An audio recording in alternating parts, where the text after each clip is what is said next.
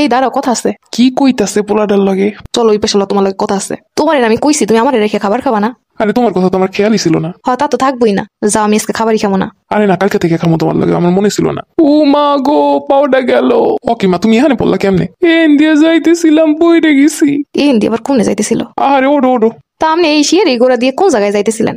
আমার পোলাটার লাগে যে ফুসুর ফুসুর করে কি কইতেছিল শুনবো না? আমি এমন চিপে যে কথা কইছে শুনতে যে পড়ে গেছি। কই আবার যামু? আমার ঘরে আমি আটতেও পারবো না নাকি? কেন আপনার আমি কি কইলাম? আমি জি গেলাম, আপনি কই যাইতেছিলেন? আস্তে থামো, এমনি পুরে ব্যথা পাইছি, একটু রুমে গিয়ে রেস্ট নি। ওনার আমি খুব ভালো করে চিনি, দেখছে পোলার লাগে আমি কথা কই এটা শুনতে আইছে। ঠিকই আছে, কথায় আছে শয়তান মরে বাতে আর শীতে।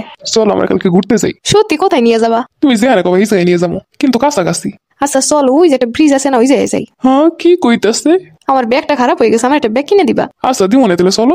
আমার পোলাটা এমন আর আমার এলে কোনো চিন্তা করে না, খালি বউ সারাদিন খালি বল লগে গুজুর গুজুর করে, আর খালি 2 দিন পর পর ঘুরতে যায়। দেখি আজকে কেমনে যায় বাইরে। ওরে আল্লাহ গো, ওরে বাবা গো, ওরে বা গো, আমার পরানটা বাইরে গেল।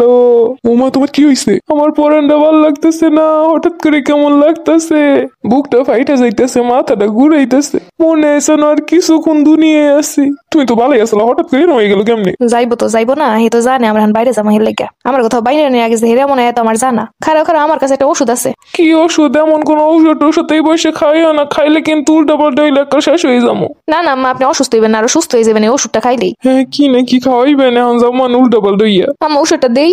না না, আমি কোনো ঔষধ খাবো না। দেখছো তোমার আমার নাকি ওষুধ খাইবেন, ওষুধ না খেলে সুস্থ হইব কেমনে? আব্বা তুই আমাদের একটু বত, তুই আমার কাছে থাকলে আমি সুস্থ। এই অসুস্থ সময় এগুলো করলে ওই ওষুধ খাওয়ানি লাগবো, আর না খেলে ডাক্তারে ফোন দিয়ে ইনজেকশন দিক। না না না, ওসব লাগবে না, কিছু সুস্থ হয়ে গেছি। আরে না, আপনি যে অসুস্থ আপনার দেখে আমার এখন কষ্ট লাগতেছে, ভয় লাগতেছে, আপনার এখন একটা ইনজেকশন দেওয়াই লাগবে। তুমি এত বেশি বুঝো কেন? তোমার আমি কিছু কইছি? আমার পোলারে কইলাম আম্মা তুমি তো অসুস্থ, ঔষধটা খাও সুস্থ হয়ে যাবা। কোথাকার কোন ঔষধ খাই আমার অসুস্থ বানাবি? আসলে জিনিসটা হয়েছে কি বুঝতে পারছো এবার? অসুস্থতা শরীরে না মনে। কি কইতাছে এগুলা? হ্যাঁ ঠিকই কইতাছি। আচ্ছা যাই হোক, তুমি এর কাছে বহে সুস্থ হয়ে যাইবো, শয়তানি যত সব। এই তুমি রাগ করছো কেন? আমার সাথে কথা বলতে আইবে না। আবার রুমের মধ্যে গেছে। আমার পোলাটার মাথাটা খাইছে, সারাক্ষণ খালি পিছন পিছন ঘুরতেই থাকে। আব্বা দরজাটা খোল, কথা আছে। এই মাইয়ের বউ করে এনে আমার কপালটারে শেষ করলাম। আমার একটুখানি ছোট পোলাটারে খালি পিছন পিছন নাকে দড়ি লাগাই ঘুরাই।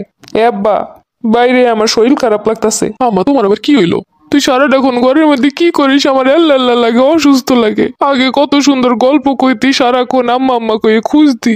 আরে এখন তুই একটু পর পর রুমের মধ্যে আর বাইরে হই না। আম্মা আপনার বলতে হইবে এখন আপনার পোলার বিয়ে হইছে। বিয়ে হয়েছে তো কি হয়েছে? পোলা কি পর হয়ে গেছে? আব্বা তুই আমার লাগে আগের মতো গল্প করিস না।